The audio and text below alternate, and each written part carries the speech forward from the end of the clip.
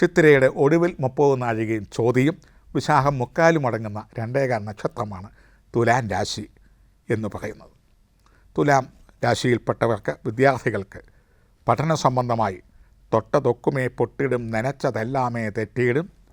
അതായത് പ്രതീക്ഷിക്കുന്നതനുസരിച്ചുള്ള മാർക്ക് കിട്ടാനുള്ള ബുദ്ധിമുട്ട്, പ്രയത്നമോ നല്ലവണ്ണം വേണമെന്നാണ്.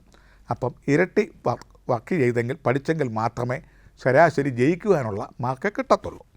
അതുകൊണ്ട് 3 ഇരട്ടി പഠിക്കുന്നതിന് കോൺസെൻട്രേഷൻ കൂടുതലായിട്ട് എടുക്കണം. സാരസ്വത ഘൃതമൊക്കെ സേവിക്കാം, സരസ്വതി യന്ത്രം ധരിക്കാം, വിജയപ്രദത്തിന് വേണ്ട മരതകരത്നങ്ങൾ ധരിക്കാം, വിദ്യാരാജ്ഞി മന്ത്രങ്ങൾ കൊണ്ടുള്ള പുഷ്പാർച്ചനകൾ ചെയ്യാം സരസ്വതി ക്ഷേത്രങ്ങളിൽ.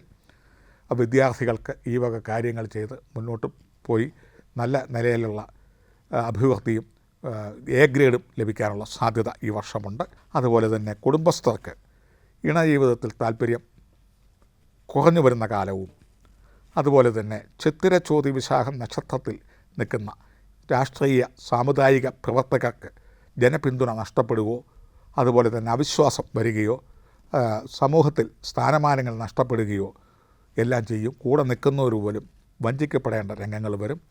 അതുപോലെ തന്നെ തൊഴിൽ മേഖലയിൽ നിൽക്കുന്നവർക്ക് ഗവൺമെൻറ്റോ, അർദ്ധ ഗവൺമെൻറ്റോ, സെമി ഗവൺമെൻറ്റോ, സ്റ്റേറ്റ് ഗവൺമെൻറ്റോ, മാനേജ്മെൻറ്റോ, വിദേശ ജോലിയോ ഏതായിരുന്നാലും തൊഴിൽ മേഖലയിൽ നിൽക്കുന്നവർക്ക് ആ തൊഴിലിൽ നിന്ന് വിട്ടു നിൽക്കുകയോ, തൊഴിലിൽ നിന്ന് ആദായം കുറയുകയോ, തൊഴിലിൽ അസംതൃപ്തി രേഖപ്പെടുത്തുകയോ, തൊഴിൽ മുന്നോട്ട് പോകാൻ വയ്യാത്ത സാഹചര്യമോ, തൊട്ടതും നനച്ചതുമെല്ലാം പൂർത്തിയാകാതെ വരികയോ, ഇട്ടുതല്ലി പോകേണ്ടതായ രംഗങ്ങളോ ബിസിനസ്സുകാർക്ക് നല്ല പരാജയങ്ങളും വരുന്ന ഒരു കാലഘട്ടമാണ്. പങ്കാളിത്തത്തോടു കൂടി ചെയ്യുന്ന കർമ്മങ്ങൾ പങ്കു പിരിയാനുള്ള സാധ്യതയുണ്ട്. വ്യാഴാഴ്ച ദിവസങ്ങളിൽ മഹാസുദർശനം കൊണ്ടുള്ള പുഷ്പാർച്ചനകൾ, സുദർശന പൂജാതി കർമ്മങ്ങൾ, സുദർശന ഹോമാദികൾ ഇത്യാദികളൊക്കെ ചെയ്യുകയും, അതുപോലെ തന്നെ ശിവക്ഷേത്രത്തിങ്കൽ ധാര, വിളക്ക്, മാല ഇത്യാദി വഴിപാടുകളൊക്കെ ചെയ്ത് കാഠിന്യങ്ങൾ കുറച്ച് കൊണ്ടുപോകാം. രോഹിണി മകയിരം നക്ഷത്രം വരുന്ന ദിവസങ്ങളിൽ വാഹനയാത്ര, ഔഷധപ്രയോഗം, വെല്ലുവിളികൾ, പോർവിളികൾ, ധിക്കാരപരമായ സംഭാഷണങ്ങൾ, അതുപോലെ തന്നെ ആവശ്യമില്ലാത്ത വാഗ്വാദങ്ങൾ, വാചക കസർത്തുകൾ എന്നിവയൊക്കെ ഒഴിവാക്കുകയും അധികാരികളും സഹപ്രവർത്തകരും കുടുംബക്കാരുമായി കഴിവതും നല്ല സല്ലാപത്തിലും സൗഹൃദത്തിലും ഒക്കെ മുന്നോട്ട് പോവുകയും ചെയ്യുക. മകം, പൂരം, ഉത്രം നക്ഷത്രം വരുന്ന ദിവസങ്ങളിൽ അപ്രതീക്ഷിതമായ സഹായഹസ്തവുമായി ഭാഗ്യവാന്മാരും ഉദാര മനസ്കരും ഈ ക്ഷീണാവസ്ഥയിൽ സഹായിക്കാൻ വരും.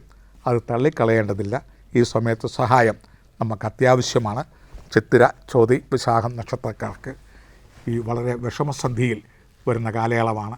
രോഗികൾക്ക് രോഗം മൂർച്ഛിക്കും, സർജറികൾ വേണ്ടിവരാം, ഔഷധ പ്രയോഗം കൂടുതലായി വേണ്ടിവരും, സ്ഥാനചലനം, സ്ഥാനനഷ്ടം, ധനനഷ്ടം, മാനഹാനി, സന്താനങ്ങളെക്കൊണ്ട് ഈ രാശിപ്പെട്ടവർക്ക് ഏതെങ്കിലും തരത്തിൽ കഠിനമായ ദുഃഖത്താൽ അപമാനഭീതമാവാനുള്ള സാധ്യതകളുള്ളതുകൊണ്ട് നെയ്യഭിഷേകം ശാസ്താവിന് ചെയ്യുക. ശനിയാഴ്ച ദിവസങ്ങളിൽ ശിവന് ജലധാരയൊക്കെ ചെയ്യുക. കാഠിന്യങ്ങൾ കുറഞ്ഞു വരും, പ്രശ്നങ്ങൾ ഉദിച്ച് അസ്തമിക്കും, അതായത് വന്നു മാറുന്നതാണ്. ഒരു നല്ല നാളെയിലേക്കുള്ള കാൽവെൽപ്പുകൾ 2025 വിഷുവൽ പുണ്യകാലം മുതൽ വരുന്നുണ്ട്. അതുവരെ ക്ഷമയോടെ, സഹനശക്തിയോടെ, നിഷ്കാമകർമ്മത്തോടെ, പുഞ്ചിരിയോടെ കാത്തിരിക്കുക.